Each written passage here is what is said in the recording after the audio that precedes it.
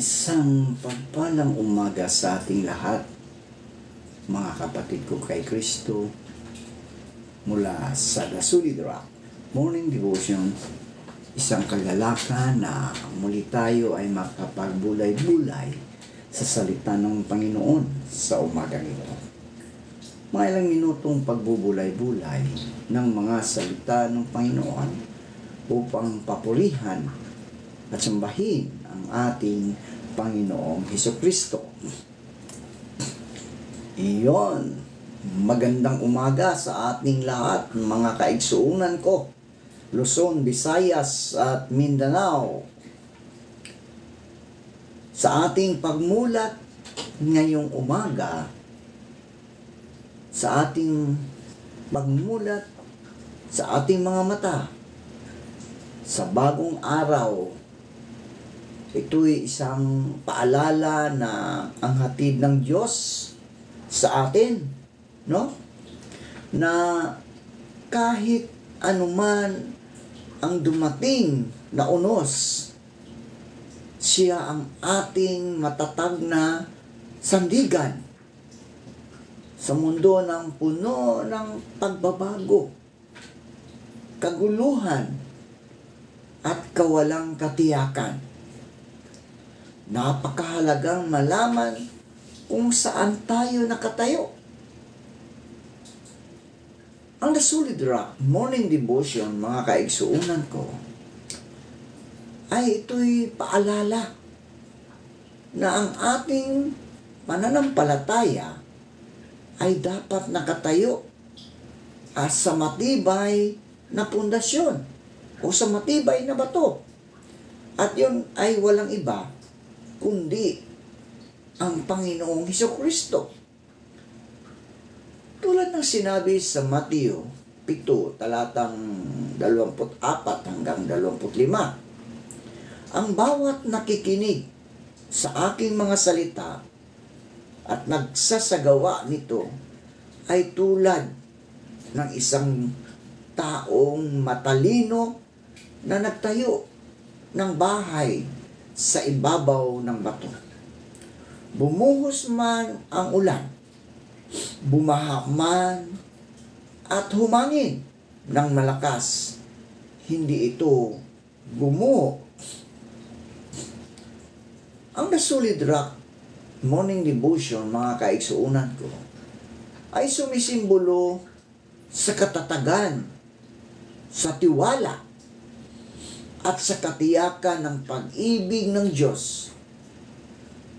Kapag ang ating buhay ay itinayo sa Kanya, hindi tayo madaling matinag ng mga problema.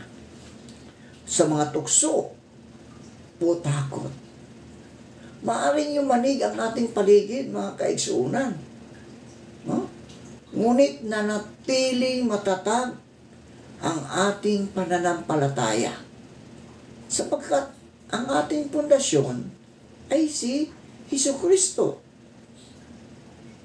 Kaya sa ating morning devotion, anyayahan natin ang presensya ng Diyos sa ating mga puso.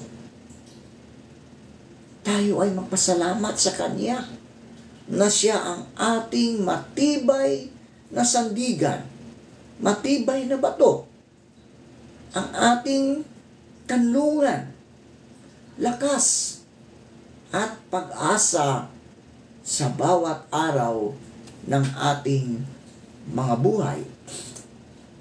Ang ating pong pagninilayan ngayong umaga ay matatagpuan sa Roma 3, no? Roma 3:23. Yun. Ito po ang sinasabi sa Roma 3:23. Sapagkat ang lahat ay nangangkasala nga at hindi nakaabot sa kaluwalhatian ng Diyos. Pinagpala na po tayo sa pagkabasa at pagkarinig ng Kanyang mga salita. Tayo po ay manalangin. Ama naming Diyos na makapangyarihan sa lahat, narito muli ang iyong mga anak. Kami po'y lumalapit, nagpapakumbaba sa iyong harapan upang humingi ng kapatawaran sa mga kasalanang aming nagawa sa mga nakalipas na araw. Ito man ay sa pamagitan ng aming mga gawa, sa pamagitan ng aming isip, o sa pamagitan ng aming mga salita. Patawarin niyo po kami, Panginoon, sa lahat ng mga iyon. At bigyan mo kami ng karunungan upang kami, O Diyos, ay patuloy na magkaroon ng buhay na kaaya-aya sa iyong harapan. Panginoong Hesus, patuloy ko rin pinasasalamatan ang isang gabing nagdaan sa aming mga buhay na kami ay iyong iniingatan mula sa aming pagtulog. Maraming salamat, O Diyos. Muli mo kaming ginising sa umagang ito upang magpatuloy sa aming mga gawain, sa aming paglilingkod sa inyo at sa aming kapwa. Salamat, Panginoon, sa kalakasan na patuloy mong pinagkaloob mo sa amin sa araw-araw ng aming mga buhay. At sa umagang ito, O Diyos, aming idinudulog ang aming mga kaibigan, kapatid, igsoon na nasa banig ng karamdaman. Abutin niyo po sila, O Diyos, at pagalingin sa mga karamdaman ng diabetes, cancer, ubo, sipon, at iba pa, O Diyos. Ikaw ang Diyos na manggagabot, Jehovah Rapha. Wala pong imposible sa iyo, O Diyos. Kung ang lahat ng mga karamdaman ay hindi kayang pagalingin ng mga doktor, Panginoon, Ikaw, O Diyos, ang siyang makapagpapagaling nito.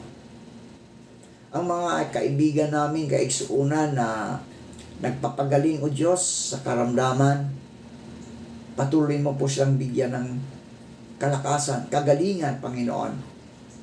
Sila man ay natapilok, nasaktan, napilay, Lord, hipuin niyo po ang kanilang mga katawan kung saan doon ang masakit, Panginoon, upang ito, Diyos, ay magkaroon ng kalakasan at manumbalik ang kanilang lakas dahil sa mga karamdaman. Amin ang inilalapit sa iyo, O Diyos, ang aming mga kaibigan na magsisipasok sa kanilang trabaho ngayong umaga. Sila man ay nagmamaniho ng kanilang mga sasakyan. Ingatan mo po sila sa daan.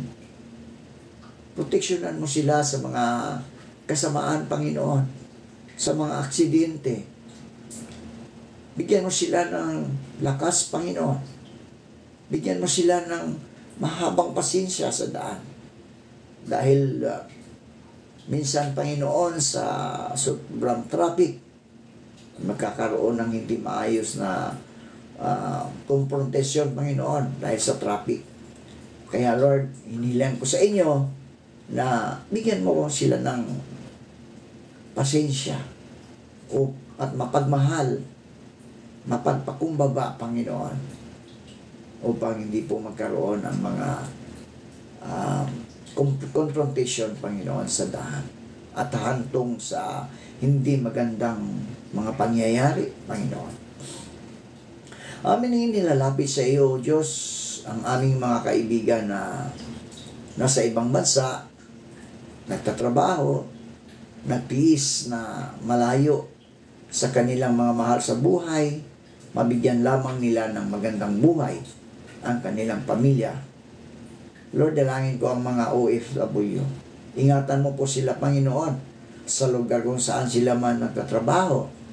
Ilayo mo sila sa anumang kapahamakan, sa mga karamdaman, sa mga tukso, at sa mga pagsubok sa buhay, Panginoon. Bagkus, hanguin mo sila.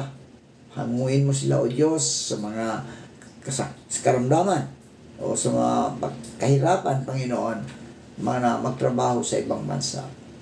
Panginoong Hesus, Ikaw ang aming dakilang Diyos na siyang nagbibigay sa amin ng kaligayahan sa bawat buhay, Panginoon, na malayo sa mapiling ng kanilang mga pamilya.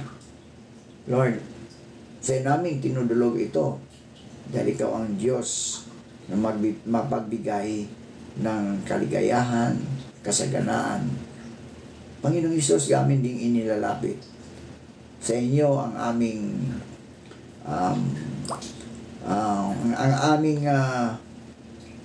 mga kapatid o kaibigan na naroon sa ibang bansa, nagmamigrate na.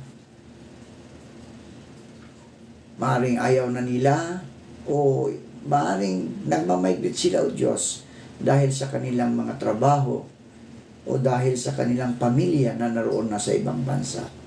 Nasa US, nasa Canada, nasa Australia, sa New Zealand, sa Israel, at sa sulok ng bansa, sa mundo, Panginoon. Sila po ay iyong ingatan. May mga bansang nagkaroon ng kaguluhan, Panginoon. Ikaw ang siyang patuloy na mag-iingat sa bawat anak mo na naroon nagmamigrate, O Diyos. Amin ding inilalapit sa iyo, Panginoon, ang iyong paaralan, ang Philippine Christian University, na patuloy mo po itong pagpalain mo sa mga estudyante, Panginoon. Especially, Panginoon, ang aming chaplaincy office na sa pangunguna ni Dr. Jason Malyari, Lord, na ngayon ay nakakaramdam ng hindi maganda sa katawan, merong ubo at sipon.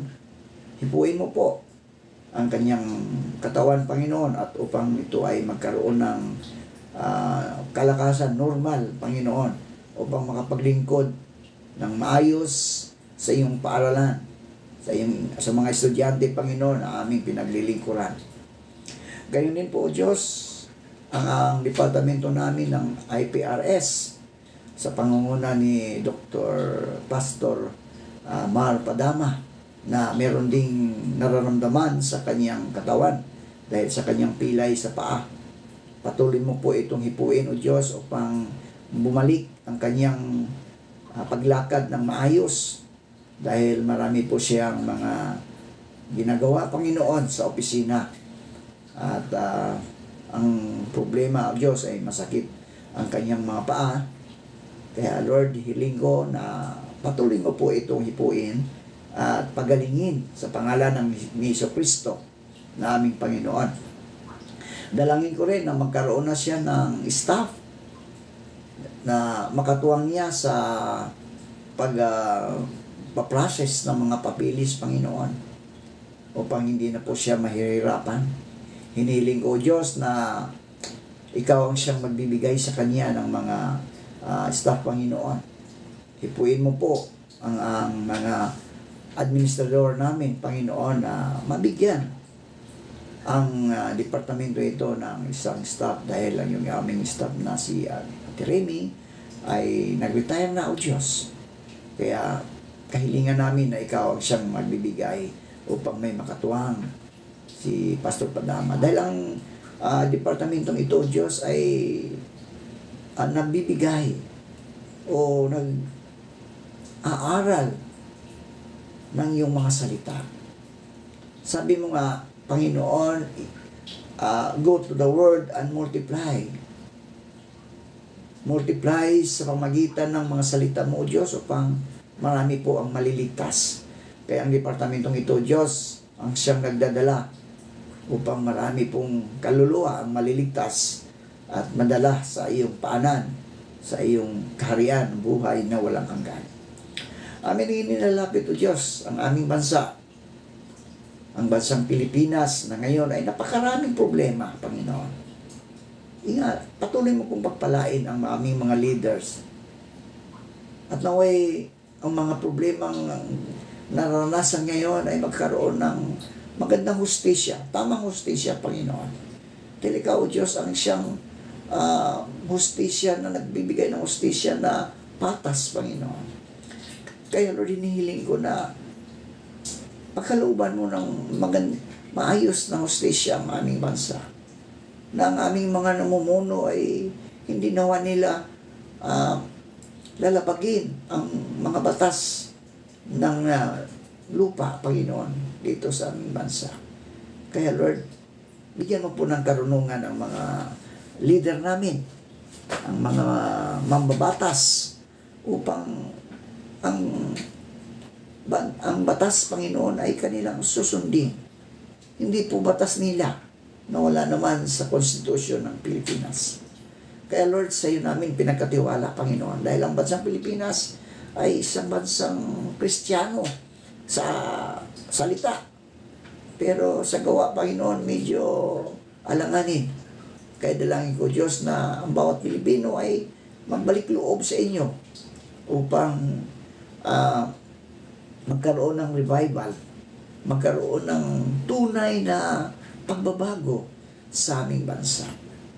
Gayon din po, Panginoon, dalangin ko ang mga estudyante, mga mag-aaral, lahat ng mag-aaral, Panginoon, na bumabalik sa kanilang face-to-face classes.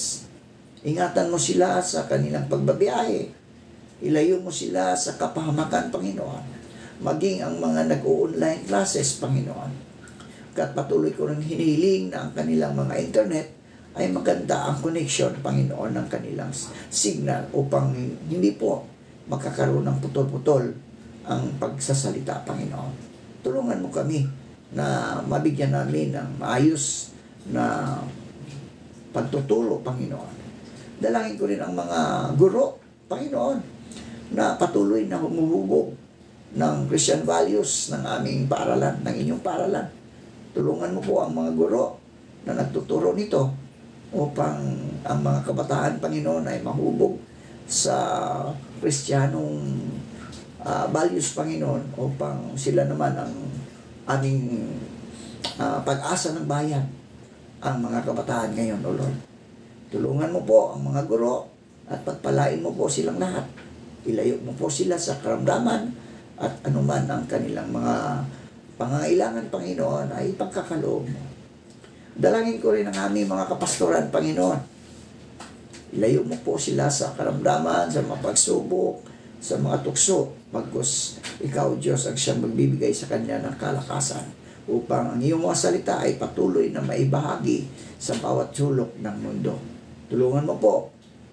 Ito ang aming dalangin na may pagpupuri at pasasalamat sa matamis na pangalan ni Jesucristo na aming Panginoon. Amen. Yan.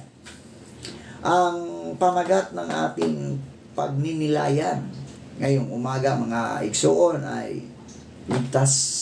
O ikaw ba ay ligtas? Ayan. Ikaw ba ay ligtas? Marami tayong tinatanong sa buhay. Mga tanong tungkol sa trabaho, tungkol sa pamilya, tungkol sa kalusugan, o sa kinabukasan. Ngunit, may isang tanong na higit sa lahat ang bigat. Isang tanong na hindi maaring iwasan. Isang tanong na may kinalaman sa ating walang hanggang buhay. Ikaw ba ay ligtas, igsoon? Ligtas ka ba?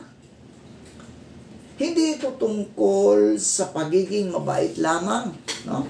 Pagiging relihiyoso o pagiging masipag sa gawaing simbahan.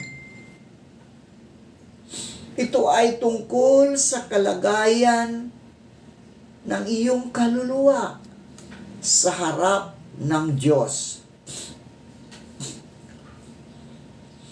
Ang tunay na kalagayan ng tao, mga igsoon, sinasabi sa kasulatan na ang lahat ay nagkasala at hindi nakaabot sa kaluwalhatian ng Diyos. Ayon sa Roma 3:23. Hindi dahil mas masama ang iba at mas mabuti tayo. Lahat tayo ay nagkulang, nagkamali, nagrebelde, at lumihis sa kalooban ng Diyos. Kung tapat tayong titingin sa ating puso, makikita natin mayabang tayo. Di ba? Mayabang tayo. Minsan lang naman. Di ba? Makasarili. Di ba? Madaling magalit. nagkimkim ng sama ng loob at kumakapit sa kasalanang alam nating mali. At dahil dito, mga kaigsuunan ko, malinaw ang hatol. Malinaw ang hatol. Ang kabayaran ng kasalanan ay kamatayan. Yun ang hatol. Di ba? Sabi sa Roma 6:23, ang kabayaran ng kasalanan ay kamatayan. Hindi lamang ito kamatayan ng katawan natin, no? Kundi pagkahiwalay sa Diyos magpakailanman. Ang pag-ibig ng Diyos na nagligtas sa atin. Ngunit hindi nagtapos ang kwento sa ating pagkakasala. Ang Diyos sa kanyang walang hanggang pag-ibig ay gumawa ng paraan upang habang tayong naliligaw ay maliligtas. Sapagkat gayon na lamang ang pag-ibig ng Diyos sa sanglibutan. Kaya ibinigay niya ang kanyang bugtong na anak. Di ba? Juan 3:16. Hindi natin kayang abutin ang Diyos. Kaya ang Diyos na mismo ang bumaba sa atin sa katauhan ni Hesukristo. Siya ang nagbayad ng ating mga kasalanan. Na imbis tayo ang magbayad, imbis tayo ang mamatay, siya na. No, si Hesukristo na ang namatay dahil sa ating mga kasalanan. No? Siya ang nagbayad sa ating kasalanan doon sa krus. Siya ang tumanggap ng hatol na para sa atin. Siya ang muling nabuhay upang ibigay ang buhay na walang hanggan.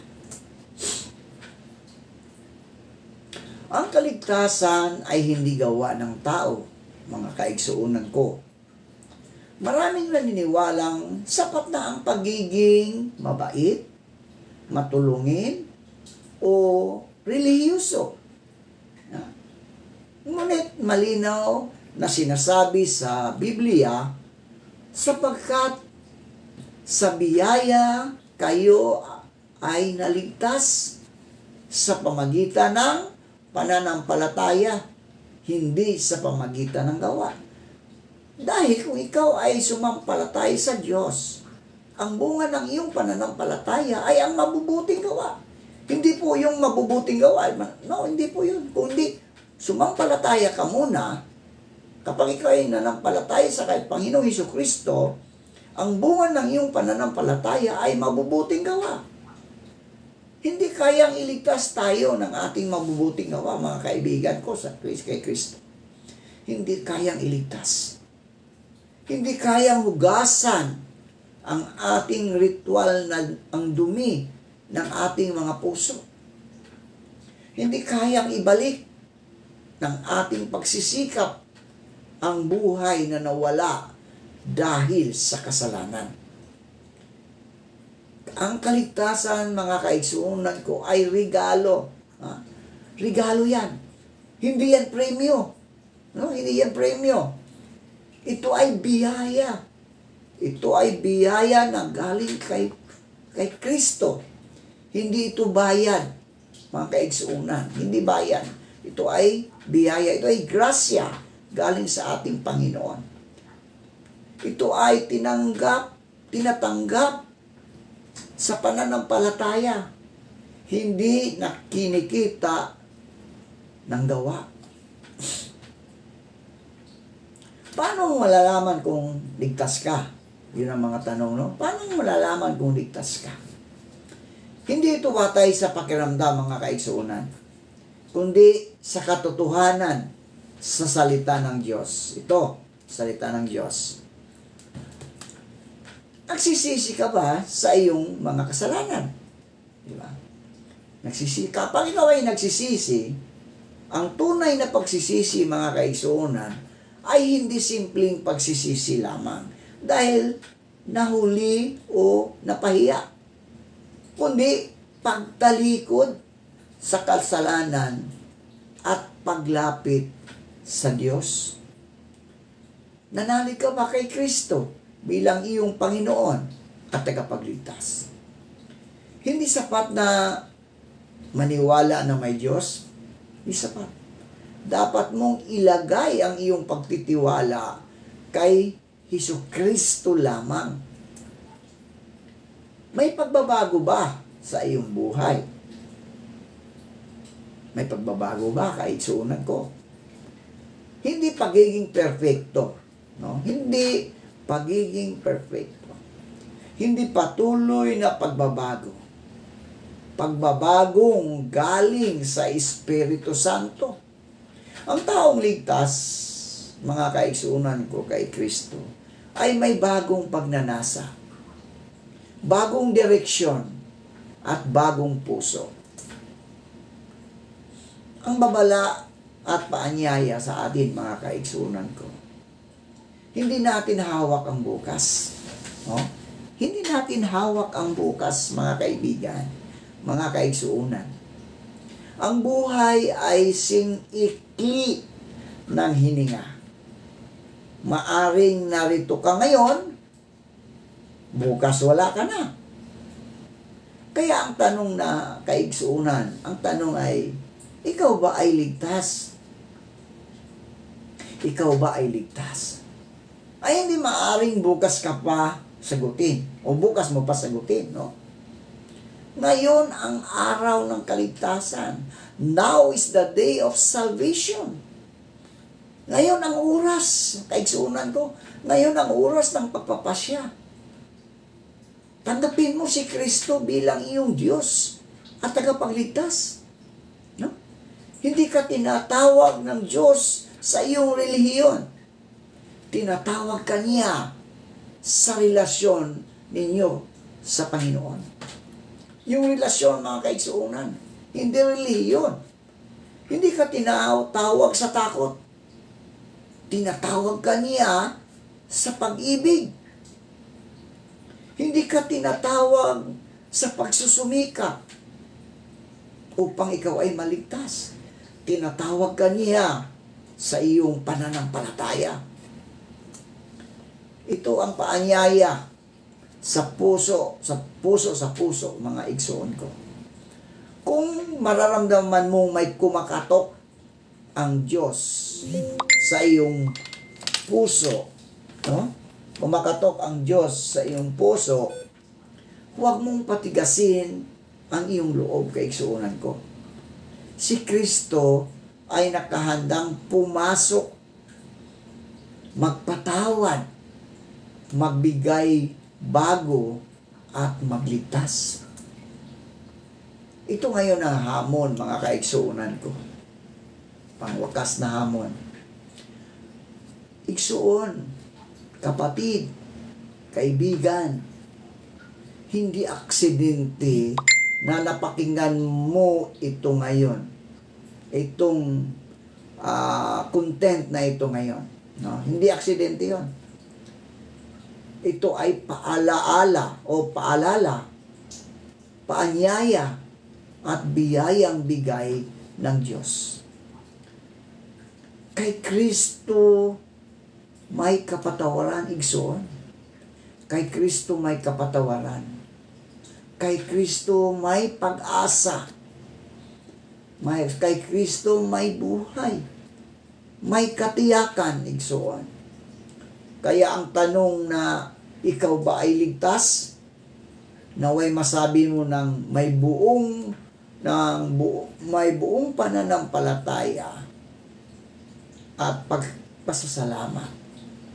Oo, kay Kristo ako ay ligtas. Manalangin tayo.